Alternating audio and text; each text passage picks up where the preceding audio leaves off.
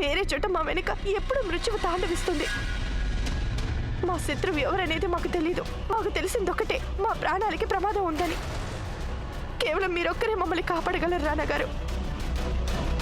మీరు మాకు మీ గదిలో ఉండేందుకు కాస్త అనుమతిస్తారా రానాగారు?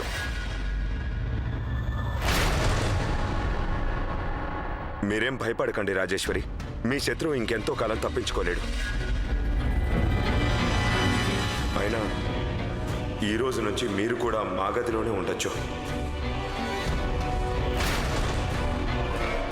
రానాగారు రండి. ఇదేంటి దుర్గమ్మ తల్లి, నా వలలో నేనే చిక్కుకున్నానా? రాజేశ్వరి సహచరుల్ని పట్టుకోవడానికే నేను ఈ వల పన్నాను.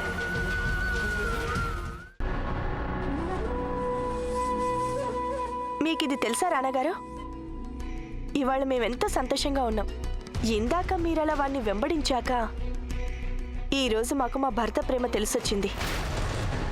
మాకు ఈ విషయం తెలుసు రానాగారు. మీరెప్పుడు మా బాగోగులు ఆలోచిస్తారు. నిజంగా మీరు మా కోసం ఏమైనా చేయగలరు. అలాగే మేం కూడా రానాగారు మీకోసమైతే ఏ పనైనా చేయగలం. ఇవాళ నాకు చావు తప్పి కన్నులు అట్టపోయినట్టు అయింది. అయినా మనం పనిని వల్ల ఏమైంది? మనమే అందులో ఇరుక్కుపోయాం. ఎలకని కలుగులోంచి తీయాలని మనం నీళ్లు పోసాం, కానీ అది వరదై పారుతుందేంటి? రాజేశ్వరి సహచరులు ఎవరో కనబడలేదు. దానికి తోడు రాజేశ్వరి రాణగారికి మరింత దగ్గరయింది. ఈ రాజేశ్వరి ఏమో వారి గదిలోకి చేరిపోయింది. నేను అంటున్నాను కాదు, కానీ కీడుంచి మేలుంచమన్నారు కదా, ఆ రాజేశ్వరి వారికి దగ్గరైపోతేనా? అటువంటిదేం జరగదు. అగ్నిజ్వాల ఎంత ఉధృతంగా ఉన్నా అది నీటిని దహించలేదు. నాకు నా ప్రేమ మీద, మా రాణాగారి మీద పూర్తి నమ్మకం ఉంది. రాణిగారు ఒప్పుకుంటాను, నీటిని ఎవరూ దహించలేరు, కానీ తప్పకుండా దాన్ని ఆవిరి చేయొచ్చు. అయినా ఈ రాజేశ్వరి కూడా ఇప్పుడు ఆ పనే చేస్తుంది. మీ జ్ఞాపకాలని రాణాగారి మనసులోంచి చెరిపేస్తుంది. కానీ అనుభూతి చెరిగిపోదు లక్ష్మణ్. చూడండి, మీరు నా మాటలు సరిగ్గా అర్థం చేసుకోవట్లేదు రాణి గాయత్రి. అనుభూతి ఎంత పవిత్రమైందైనా సరే ఎంతో సమయం ఉండిపోదు. నుదుట్నున్న తిలకం కూడా సాయంత్రం అయ్యేసరికి వెలిసిపోక తప్పదు. కానీ హృదయం స్పందించక మానదు. నా ప్రేమ రాణాగారికి హృదయ స్పందన లాంటిది. మీకు మీ ప్రేమ మీద ఇప్పటికీ అంత విశ్వాసం ఉందా? విశ్వాసం లేని చోట ప్రేమకి తావు ఉండదు, భక్తికి ఉండదు.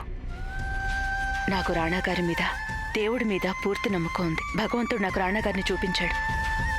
భగవంతుడు నేనంత ఎత్తు నుంచి పడినప్పటికీ బ్రతికించాడు. నా వేషభాషలు మార్చుకుని కొత్త మనిషిగా నన్నిక్కడికి దేవుడే తీసుకొచ్చాడు. ఇన్ని బాధలు పడుతున్నప్పటికీ నేను ఇక్కడే ఉంటున్నాను. దీనికి అర్థం ఏంటి లక్ష్మణ్? భగవంతుడు నాకు తోడున్నాడు. దేవుడి తోడు దొరికిన వారు జీవితంలో హాయిగా ఉండకపోవచ్చు. వారికి ఓటమి అనేది ఉండదు. దుర్యోధనుడి దగ్గర చాలా పెద్ద సైన్యం ఉండేది. మరి అర్జునుడి దగ్గర వారి పక్కన కృష్ణుడున్నాడు. ఆ కృష్ణుడే రాధకి తోడున్నాడు, భక్తురాలు మీరాకి తోడున్నాడు. అలాగే నాకు తోడున్నాడు. మా ప్రేమ నేను ఎప్పటికీ ఓడిపోనివ్వను.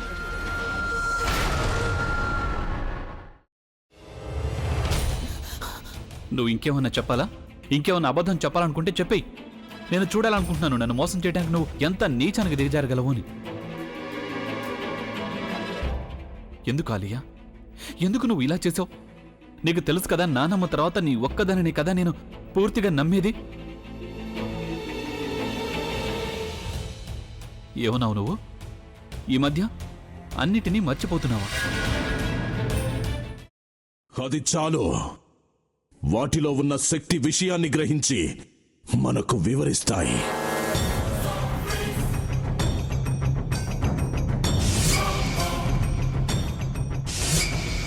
ఎవరు ఆ దండ విప్పొద్దు, గది తలుపులు తెరవద్దు.